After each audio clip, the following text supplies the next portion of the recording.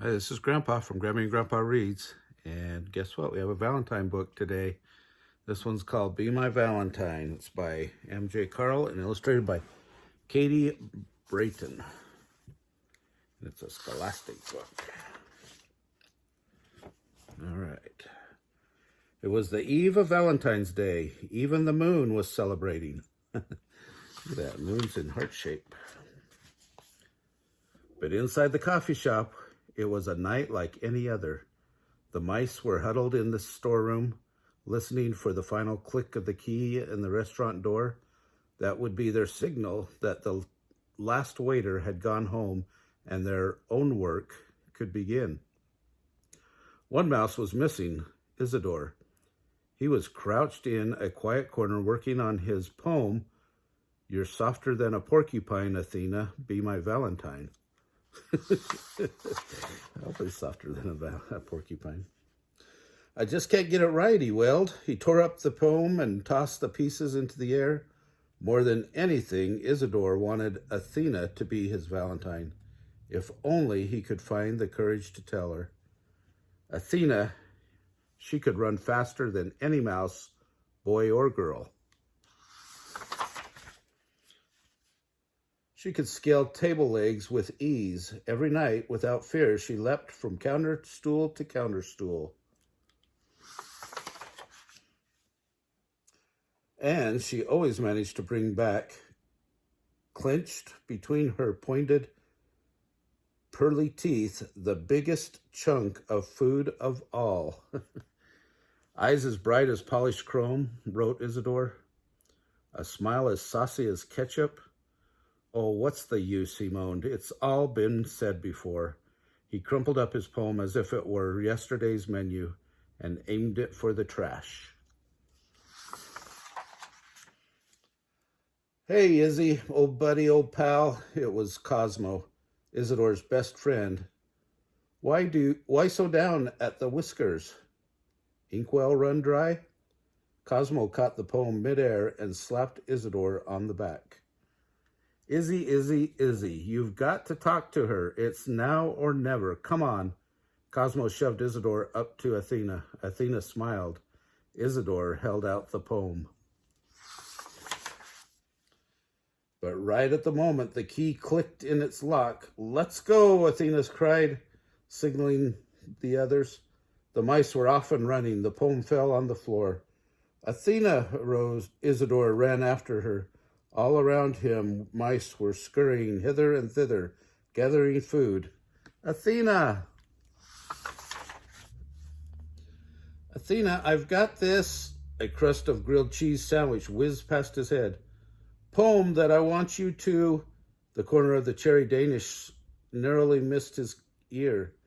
The pile of food grew high. Isidore was trapped. The last mouse back was Athena. In her claws, she held a whole half of BLT, fallen from someone's plate and overlooked by the waiter's broom. Isidore poked his head out from behind the pile. "Izzy," cried Athena, "I was wondering where you were. I was hoping we could..." "Ketchup," stammered Isidore. Athena looked at him strangely. "Polished chrome," he tried again. His poem didn't seem to be working. Athena scampered away. "I knew it," cried Isidore. "She doesn't want to be my Valentine." "But Izzy, you didn't even ask her if..." "She doesn't believe me. You didn't even tell her that you..." "Cosmo, I don't have all night to stand here and talk to you. I've got work to do. There's got to be a way to prove to her I really want to be friends." Time was running low. Isidore stayed up half the night working on a new poem. Then he stayed up the other half memorizing it. "I'd swim the widest fountain," he read out loud, "climb the highest mountain." The morning sun cast its still sleepy light across the paper. Valentine's Day was dawning.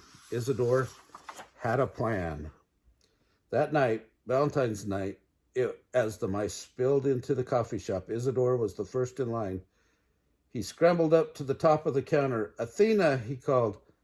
She looked up. Watch me. Isidore dove into the long tray underneath the fountain and swam through the sticky sweet soda to the other side. Then he scrambled over the edge, clambered up past the summit of Mount Olympus, and higher to the top of the cake stand. He shook himself dry and cleared his throat to recite his poem.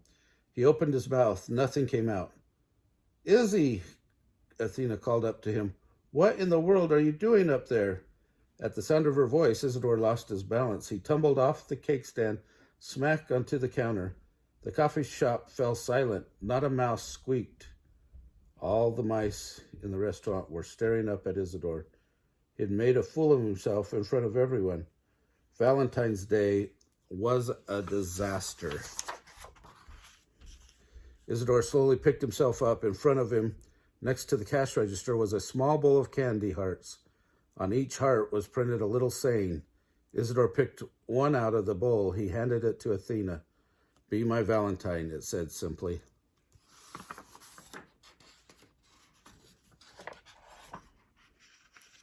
Athena kept across the...